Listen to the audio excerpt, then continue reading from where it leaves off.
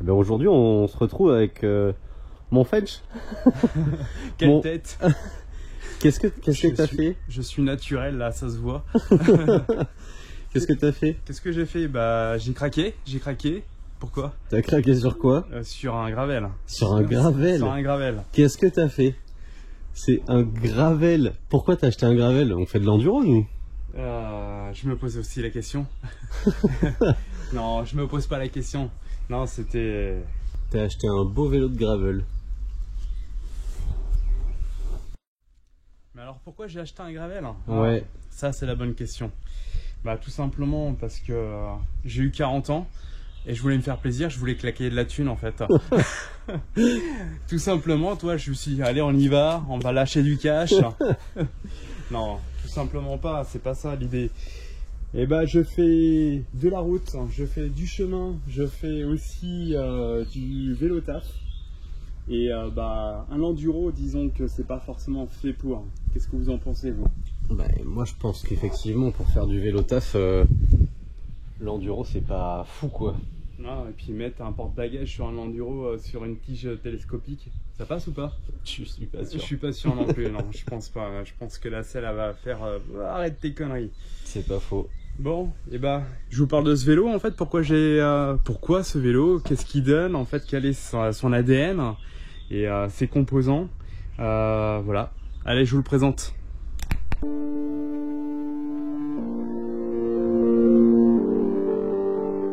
Le petit vélo gravel, c'est quelle marque ça?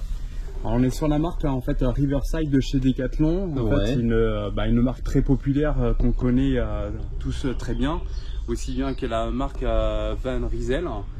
Bon par contre Van Rysel on est sur un prix, un tarif un petit peu plus conséquent que celui-ci qui est beaucoup plus abordable. Je l'ai eu à 2250 € et prix voilà tout confondu, rien n'a été changé en fait dessus pour le moment. On est sur un cadre carbone, full carbone, la fourche aussi carbone. C'est le modèle GCR, exactement, ouais. GCR. Je fais 1,68 m. J'ai pris du coup la taille S pour ma part. J'ai essayé aussi là-bas en fait à Decat le taille M et là je me sentais pas du tout bien en fait sur la posture. Alors il se peut que pour certains vous ayez prendre en fait pour 1,68 m la taille M et ça dépend aussi de vos jambes, de votre buste, de vos bras. Tout dépend aussi de jouer aussi sur la potence. Vous pouvez jouer sur plusieurs aspects mais c'est à vous d'essayer par contre. Ne tenez pas compte de mes critères. T'as changé d'autres choses? Ouais, j'ai menti sur quelque chose. Si, j'ai changé quelque chose. J'ai changé uniquement ma selle. Mon petit fessier, en fait, n'accepte pas la selle de chez Decat. J'ai pris une SMP, la VT30. Voilà, c'est qu'un aspect en fait personnel parce que je devais la changer. L'autre, elle mettait inconfort en fait sur les longues durées.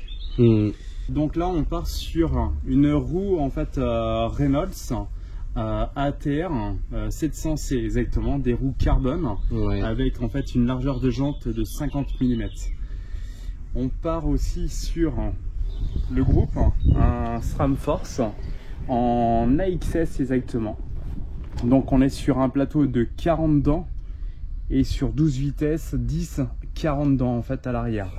Donc c'est amplement suffisant par rapport à ce qu'on a à faire. J'habite en Dordogne, il y a des belles côtes, il y a des belles descentes. Pour les côtes, pour moi ça fait l'affaire. Je m'en vais faire bientôt le Mont Ventoux, on m'a dit qu'il n'y avait rien à changer.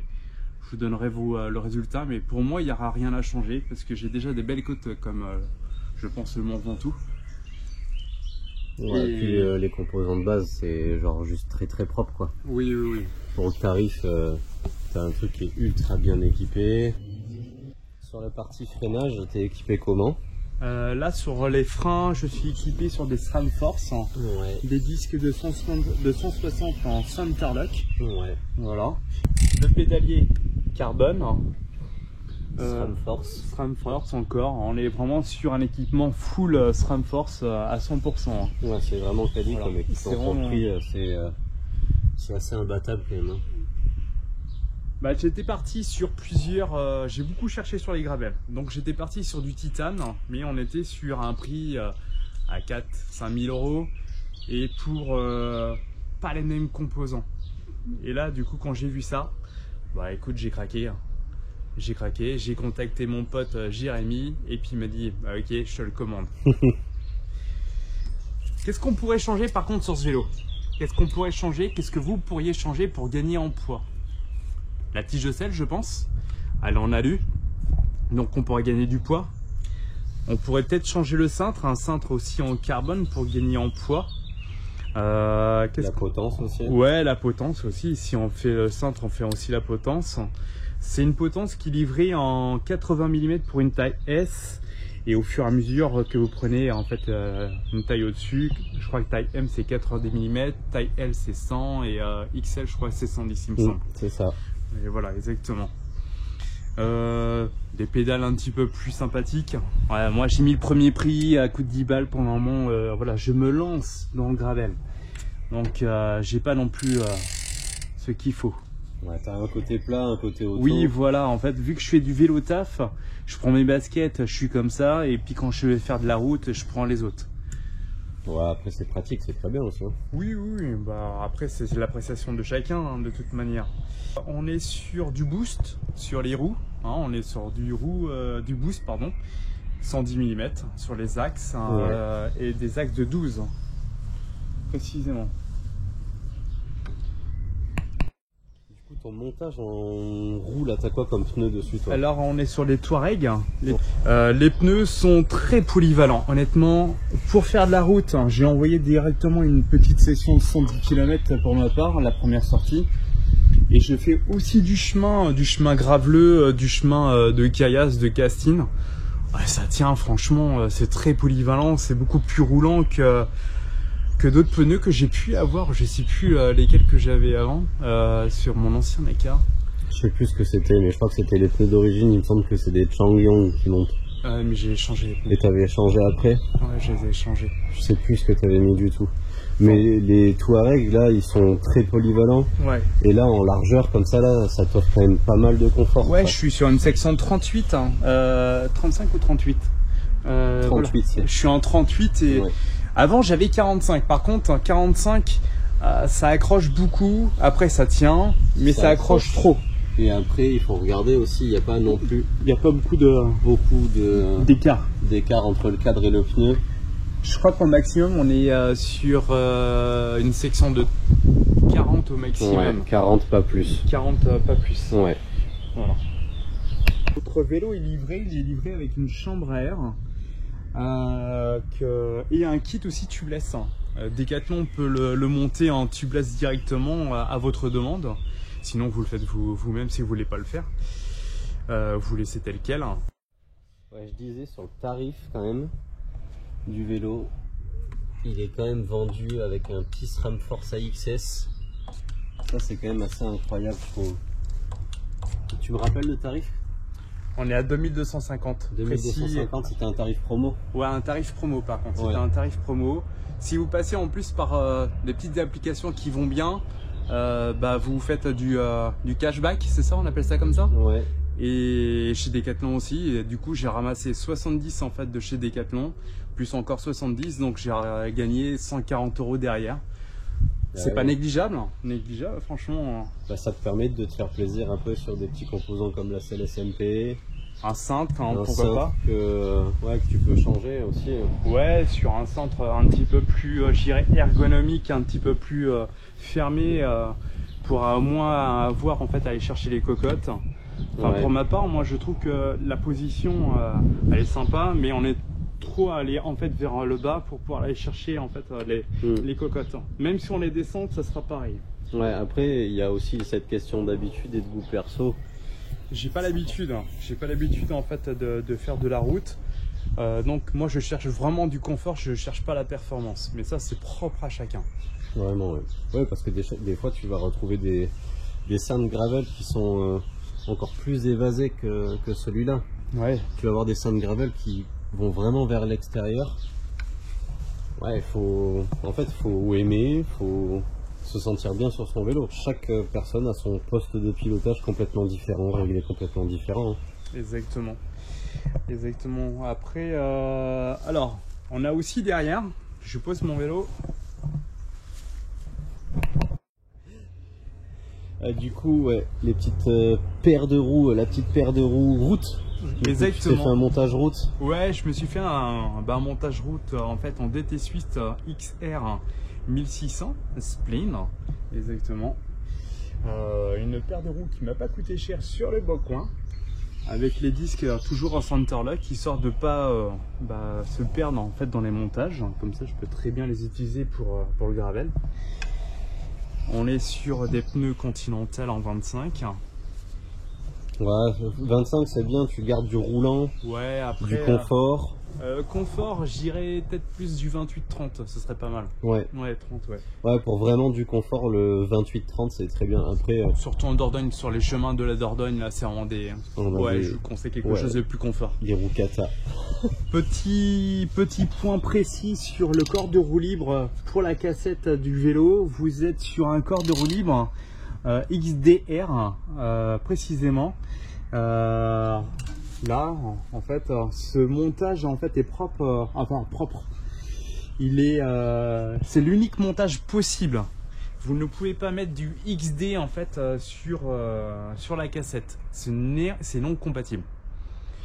Donc voilà, je tenais à vous le dire pour ceux qui voudraient acheter une deuxième paire de roues. C'est tout. Moi, je veux juste revenir aussi sur le montage quand même.